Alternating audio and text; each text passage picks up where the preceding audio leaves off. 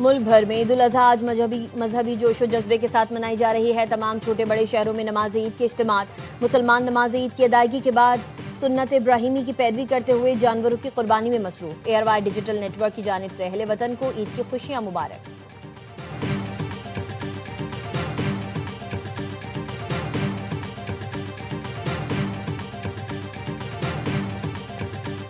صدر آصف علی زرداری اور وزیر اعظم شہباز شریف کی اہل وطن اور امت مسلمہ کو عید الاضحیٰ کی مبارکباد۔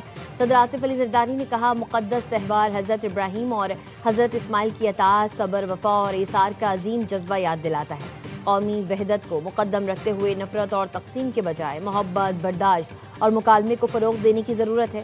وزیر اعظم کا کہنا تھا، قربانی کا جذبہ انسانیت کے لیے ہمدردی، ایثار اور احساس ذمہ داری اپنانے کا درس دیتا ہے۔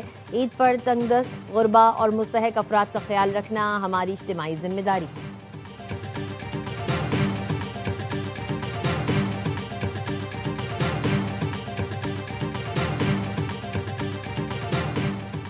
مسلح افواج کی قیادت کا عید الاضحیٰ پر خصوصی پیغام۔ فیلڈ مارشل سید عاصم منیر کی قوم کو عید الاضحیٰ کی مبارکباد۔ ISPR نے بتایا ہے، naval chief admiral Naveed Ashraf اور air chief marshal Zaheer Ahmed Babar Sidhu نے بھی قوم کو عید الاضحیٰ کی مبارکباد دی۔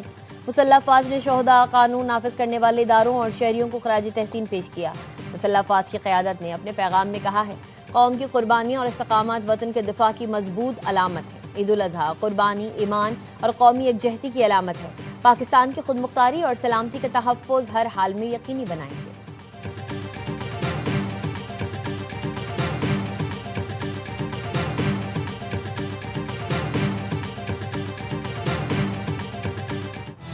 باخبر سویرا عید اسپیشل میں آپ سب کو بہت بہت عید مبارک۔ آپ سب کو بہت بہت عید کی مبارکباد۔ سیاستدان الیکشن سے پہلے وعدہ کر کے غائب ہو جاتا ہے۔ سر آپ کو دیکھ کے نا تھتا ہو گیا ہوں ذرا۔ آدمی آپ ہیں۔ مہندی لگاتی ہیں آپ؟ میں بھی لگاتا ہوں۔ کہاں؟ دمبا جو پالا ہوا اس کو۔ ARY نیوز پر ہوگی بڑی عید پر تینوں دن بڑی انٹرٹینمنٹ۔ ہر بار کی طرح اس بار بھی ہوگا ایک سے بڑھ کر ایک پروگرام۔ باخبر سویرا، ہوشیاریاں، معصومانہ شو میں ہوگی آپ کی پسندیدہ شخصیات سے ملاقات۔ بڑی عید کے 3 دن کہوں خوشیوں اور محبتوں کے رنگ صرف ARY نیوز کے ساتھ۔ حج کے رکن اعظم وقوف عرفہ کے بعد لاکھوں حجاج کی مزدلفہ روانگی۔ آج رات مزدلفہ میں کھلے آسمان تلے گزاریں گے۔ رمی کے لیے کنکریاں چنیں گے۔ فجر کے بعد رمی کے لیے جمرات جائیں گے۔ بڑے شیطان کو کنکریاں مارنے کے بعد قربانی کریں گے۔ سر منڈوا کے احرام کھول دیں گے۔ مسجد نمرہ سے خطبہ حج دیتے ہوئے مسجد نبی کے امام اور خطیب شیخ ڈاکٹر علی عبد الرحمن الحنیفی نے کہا، اے ایمان والو، اللہ سے ڈرو اور تقوی اختیار کرو، عہد کی پاسداری کرو، کسی کو اللہ کا شریک نہ ٹھہراؤ۔ اللہ تعالیٰ فرماتا ہے، آخرت سے ڈرو اور اس کی تیاری کرو۔ قیامت کے دن بہت دردناک ہے۔ جو ایمان لاتا ہے اللہ ان کا دفاع اور مدد کرتا ہے۔ وزیر اعظم شہباز شریف کا ترک صدر اردگان سے ٹیلی فونک رابطہ۔ عید الاضحیٰ کی مبارکباد دی۔ دونوں رہنماؤں کے خطے میں جاری امن کوششوں پر تبادلہ خیال۔ صدر اردگان نے بلوچستان چین بم دھماکے پر گہرے دکھ اور افسوس کا اظہار کرتے ہوئے کہا، دہشت گردی کے خلاف پاکستان کی کوششوں میں ترکیہ ہمیشہ پاکستان کے ساتھ کھڑا رہے گا۔ دونوں رہنماؤں کا حالیہ ملاقاتوں میں کیے گئے اہم فیصلوں پر تیزی سے عمل درآمد یقینی بنانے پر اتفاق۔ ترک صدر طیب اردگان کے ایرانی ہم منصب مسعود پزشکیان سے بھی ٹیلی فونک رابطہ۔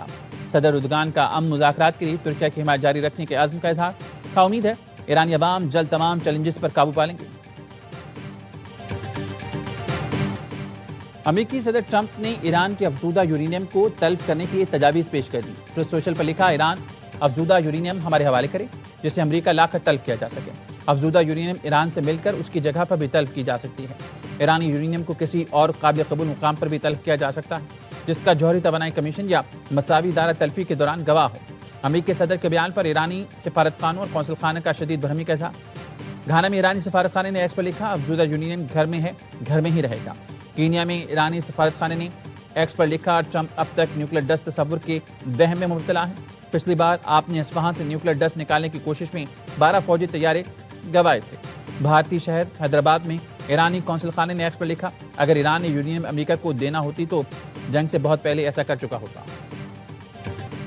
مرگ بھر امریکہ اسلامی جمہوریہ کا مستقل نعرہ رہے گا۔ ایران کے سپریم لیڈر مجتبیٰ خامنئی کا سوشل میڈیا پر پیغام، لکھا، امریکہ کو خطے میں مزید اڈے قائم کرنے کا موقع نہیں ملے گا۔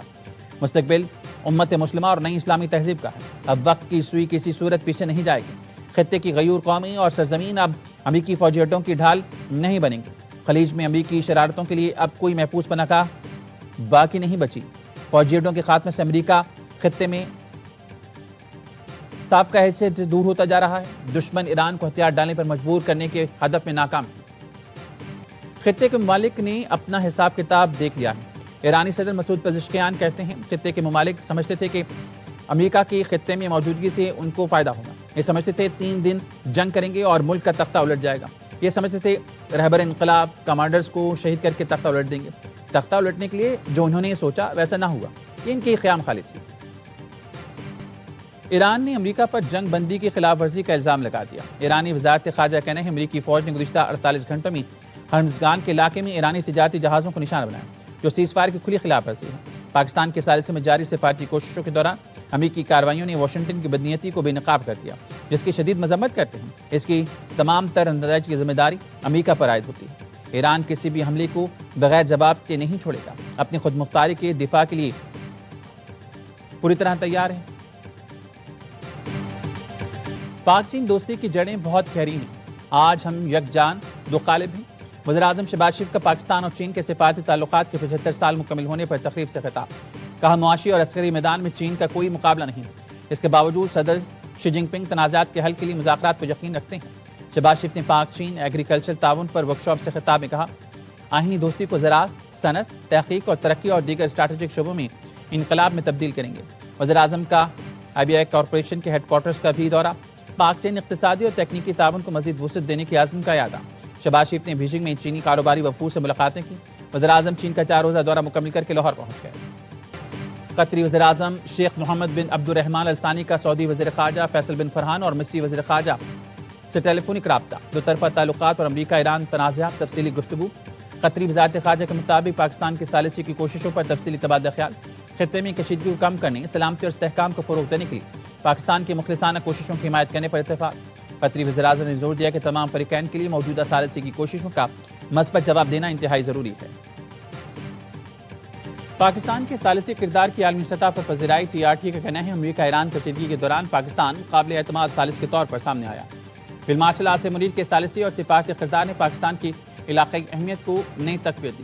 فیلڈ مارشل عاصم منیر حقیقت پسند اور نتائج پر مبنی سفارتی انداز رکھنے والی شخصیت کے طور پر سامنے آئے۔ ان کی سفارتکاری تشہیر کے بجائے خاموش روابط اور بیک چینل ڈپلومیسی پر مبنی ہے۔ مشکل حالات میں بھی امریکہ ایران کے درمیان روابط کا سلسلہ برقرار رکھا۔ پاک بھارت کشیدگی کے بعد فیلڈ مارشل عاصم منیر کی عسکری اور سفارتی ساکھ مزید مضبوط ہوئی۔ پاک سعودی دفاعی معاہدے نے پاکستان کی علاقائی ساکھ کو مضبوط کیا۔ فیلڈ مارشل عاصم منیر نے پاکستان کی مغربی سرحدوں پر دہشت گردی کے خلاف سخت موقف اپنایا۔ As a friendly neighbor of Iran and brotherly countries of the Gulf, and a country with long-standing ties of amity with the United States, Pakistan consistently stood for restraint, de-escalation, and a return to diplomacy.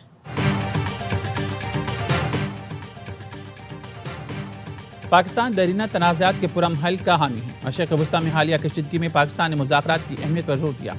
کشیدہ صورتحال نے عالمی سطح پر معاشی challenges بھی پیدا کیے۔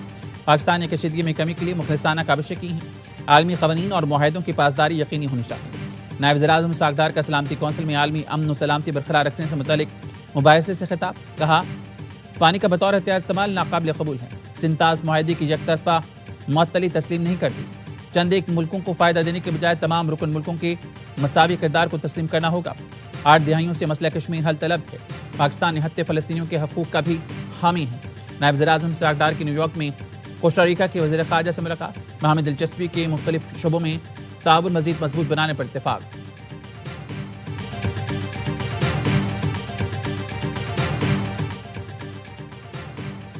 ہرنائی کے علاقے میں نامعلوم افراد کی فائرنگ، جاں بحق افراد کی تعداد 5 ہو گئی۔ نامعلوم مسلح افراد ناکہ لگا کر شہریوں کے شناختی کارڈ چیک کر رہے تھے۔ شہریوں کے احتجاج پر مسلح افراد نے فائرنگ کر دی۔ فائرنگ کے واقعے میں 4 افراد جاں بحق، 4 شدید زخمی ہوئے۔ چوتھا زخمی اسپتال میں دوران علاج دم توڑ گیا۔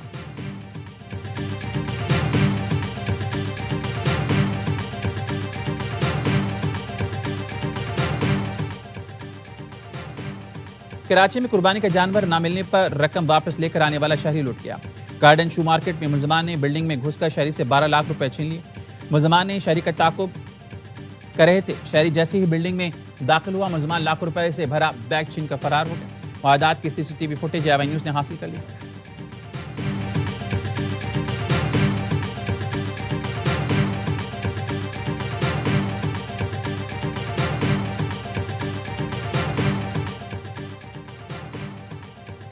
کراچی کلاک ناز آباد نمبر 3 میں گھر کے باہر سے قربانی کا بیل چوری ہو گیا۔ اکیلا ملزم کیسے آیا اور بیل کھول کر لے گیا؟ CCTV فوٹیج AY نیوز نے حاصل کر لی۔ فوٹیج میں چور کا چہرہ واضح طور پر دیکھا جا سکتا ہے۔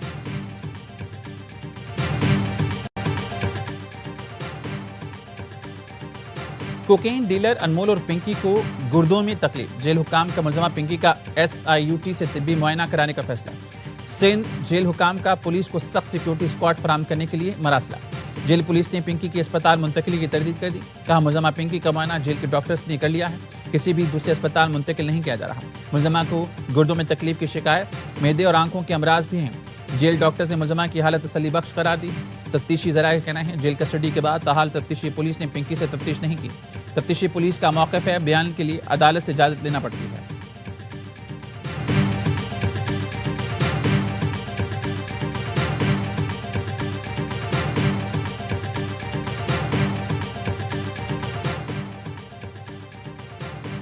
پنجاب کے مختلف علاقوں میں زلزلہ، جہلم اور اطراف کے علاقوں میں زلزلے کے جھٹکے۔ جلال پور شریف میں چھت گرنے سے 12 سالہ بچہ جاں بحق، جہلم میں گھر کی چھت گرنے سے 9 افراد زخمی ہوئے۔ زلزلہ اور لینڈ سلائڈنگ سے کئی مکانوں کو نقصان، پنڈادن خان جلال پور شریف میں نقصانات ہوئے۔ حویلی لکھا، حجرہ شاہ مقیم، منڈی بہاؤدین اور گردنما میں زلزلے کے شدید جھٹکے محسوس کیے گئے۔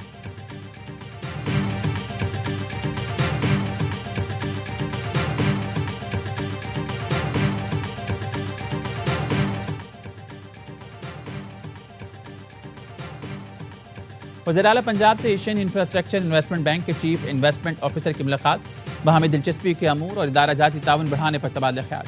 مریم نواز نے کہا باکو اربن فورم میں پنجاب حکومت کی اپنی چھت اپنا گھر پروگرام کو سراہا گیا۔ پنجاب کے ہر حصے میں الیکٹرک بس اور ای بائک پروگرام کامیابی سے جاری ہے۔ پنجاب نئے شہری طرز حکمرانی کے ماڈل کی طرف بڑھ رہا ہے۔ صاف پانی، صحت اور بہترین ٹرانسپورٹ سسٹم پنجاب حکومت کی اولین ترجیح ہے۔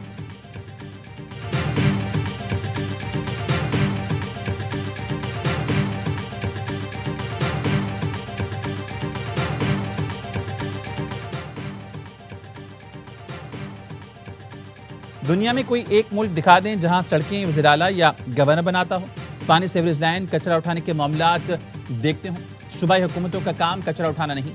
ہمارے ہاں کئی سال تک بلدیات انتخابات بھی نہیں ہوتے۔ کیا نیو یارک، استنبول، شنگھائی ایک دن بھی اپنے میئر کے بغیر چل سکتے ہیں؟ وفاقی وزیر صحت مصطفیٰ کمال کی پروگرام آن مائی ریڈار میں گفتگو، کہا ایران میں بمباری کے دوران بھی سڑکوں پر کچرا جمع نہیں ہوا، اسپتال اپنا کام کر رہے ہیں، شہریوں کو پانی مل رہا ہے۔ دنیا سمجھ چکی ہے 90% شہری سہولیات مقامی حکومت دیکھتی ہے۔